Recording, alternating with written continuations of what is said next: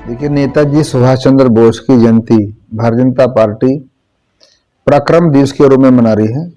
और चौधरी ओम प्रकाश धनखड़ जी जो हमारे प्रदेश के प्रभावशील प्रदेश अध्यक्ष हैं, उनके नेतृत्व में, उनके आह्वान पर, क्योंकि देश की आज़ादी की 75वीं वर्षगांठ हिंदुस्तान मना रहा है अमृत महोत्सव के रूप में, इसलिए 7500 स्थानों पर हमारा ग्राम पंचायत की इकाई और वार्ड की इकाई 7500 यानी कि 7500 स्थानों पर 75 लोग जय हिंद बोस के नारों से इस हरियाणा के आकाश को गुंजायमान करेंगे और सुभाष चंद्र बोस की चित्र पर पुष्पांजलि और जो भी उस गांव में जो शहीद परिवार हैं, शहीद परिवार के जो सदस्य हैं, उनको सम्मानित करने का काम करे। कोई स्वतंत्रता सेनानी है, उनके परिवार के लोगों को सम्मानित करने का काम करेगी।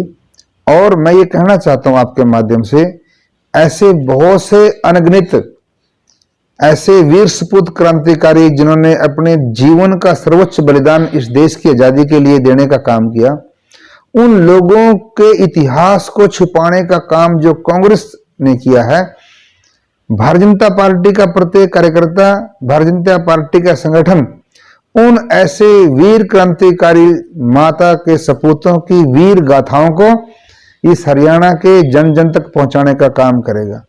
और इसी के अंतर्गत ओम प्रकाश धनखड़ जी के नेतृत्व में 28 दिसंबर 2021 से लेकर के 1 जनवरी 2022 को 126 भाजपा के वरिष्ठ कार्यकर्ताओं का दल उनके नेतृत्व में अंडमान निकोबार गया, जहां 1943 के अंदर अंग्रेजों से अंडमान निकोबार को आजाद करा करके सुभाष चंद्र बोस ने देश के पहले राष्ट्रपति के रूप में तिरंगा झंडा फहराने का काम किया था, जिसको कांग्रेस ने डिसेरेमोनियल कर दिया था।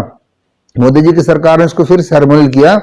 इसलिए अध्यक्ष जी के नेतृत्व में 30 दिसंबर के दिन तिरंगा झंडा फ्लैग पॉइंट पर फहराने का काम किया और उन शहीदों के जहां उनको प्रताड़ना यातनाएं दी, चाहे वो वाइपर टापू हो, चाहे जो है ना सेल्युलर जेल हो, वहां से उन बलिदानियों की पवित्र मिट्टी को ला करके हरियाणा के लोगों ने उनको नमन करने का काम किया।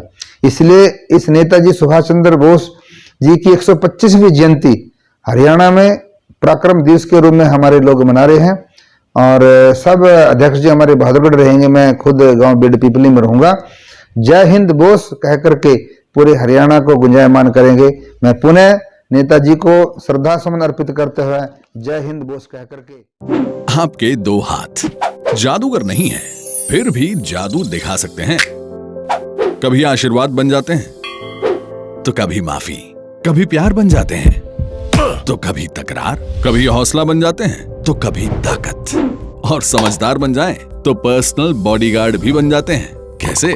देखिए, दो हाथों की मदद से आप साबुन के झागों से वायरस की धुलाई भी कर सकते हैं। नाक मुंह ढकने के लिए मास्क पहन सकते हैं, खिसक जाए तो ऊपर भी चढ़ा सकते हैं। इन्हीं हाथों से तो 2 गज की दूरी नापकर आप सुरक्षित भी रह सकते हैं। तो हरियाणा, दिखा दो अपने हाथों का जादू और बन जाओ देश की सावधानी की राजधानी।